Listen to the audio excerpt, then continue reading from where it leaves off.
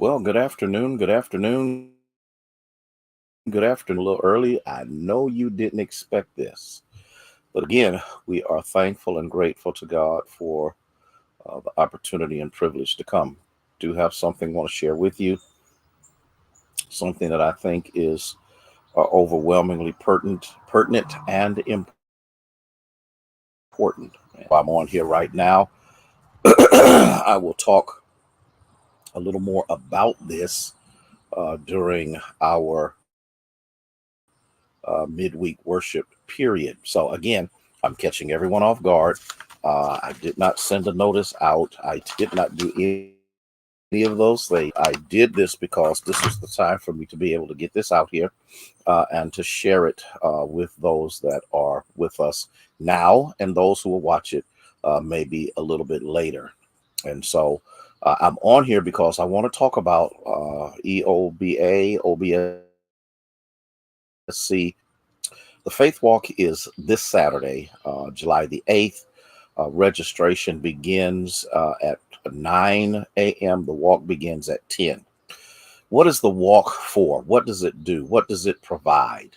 Well, it provides an opportunity for young people who go through a process, sure that one, they have been accepted to an accredited college. Number two, that their participation in OBSC as well as in their church is valid. And again, we understand with COVID, there are variances that we are looking at, and that crew of people, that's their responsibility to make sure that everything is on the up and up with that. Hey, Linda, how are you? And so here's what I'm asking. Here's what I'm saying. With the latest of affirmative action when it comes down to colleges, I think it's important for us to step up and step out. It's important for us to be able to invest in our young people. Again, the Lord has blessed me as well as our Congress president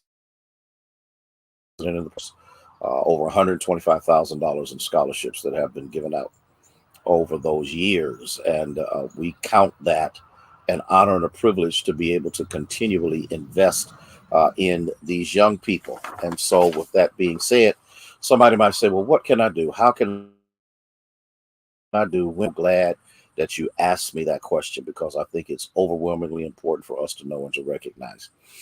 You can do this because our children deserve it. Our young people deserve the investment. Our young people need to know that we are behind them and with them. Our young people need to know the government that will provide assistance, but that the church collectively will come together and do what need to be done. That is what this is all about. And so, with that being said, all we're asking for, y'all ready for this? Y'all not ready for this. A minimum donation of $10. $10 per person. Now, whether you're walking or not, here's how you can do this. Here's how you can support. Here's how you can give. You can give through Givelify or PayPal. Just look up Ohio Baptist State Convention. Ohio Baptist State Convention. You want to make sure that you get the right one. Ohio Baptist State Convention. Bishop, my friend, bless you now. Ohio Baptist State Convention. You can call 330-746-1217. You can give on OBSC or Ohio Baptist State Convention's Facebook page. You can also Cash App $ OBSC and the number one, or you can make a check out, make it out to Ohio Baptist State Convention, put it in the mail it to 528 Lincoln Avenue, Youngstown, Ohio 44502. You see all of these up on the board. You see them up on the screen. You see what you can do. I want to first of all thank God for the numbers of you that have invested in our young people. I am really grateful and thankful for the numbers of you. We are also have sponsorships. We've got people who are doing a minimum of $250, and so we do that. It allows their logo and their banner to be seen by the cars that are going up and down the main street. And so, with that being said, it gives you an opportunity to advertise what you do, what you provide. And so, with that being said, we are grateful. Debbie, bless you. So, here's what I need you to do. And I need you to do this for me if you would be so kind. Spread the word, let it be known that this is what the Ohio Baptist State Convention is doing. We do more than come together and have a good time and shout, run, and dance, but we invest in our young people. Yes, I am sitting outside. It is 90 some degrees, but I don't care. It's nothing like being outdoors. It's nothing like hearing and seeing the presence and power of our God. Listen, I'm going to get off of here.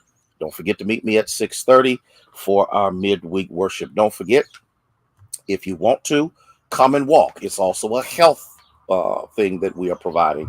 That's why we call it Faith Walk. It will be at the Wick Pavilion Park, which is right across the street from Stanball Auditorium.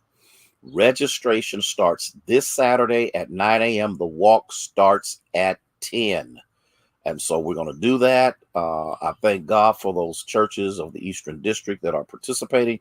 I'm grateful to God for what they are doing, grateful to God for their support and their participation. Here, let me put this up here one more time so you can see. These are the ways that you can give. This is what you can do. This is also a part of advancing the kingdom of God.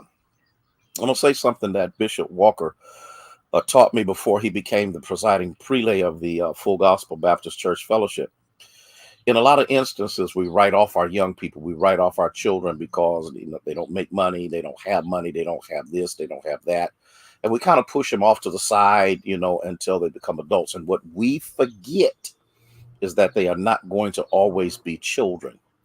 And the one thing that I'm so grateful for are those graduating young people. You notice I said graduating because we do not have one student that has received a scholarship from Obsc that did not graduate. Every one of them have graduated from college, got their undergrad, went to get their master's, and some of them are working on their doctorates now.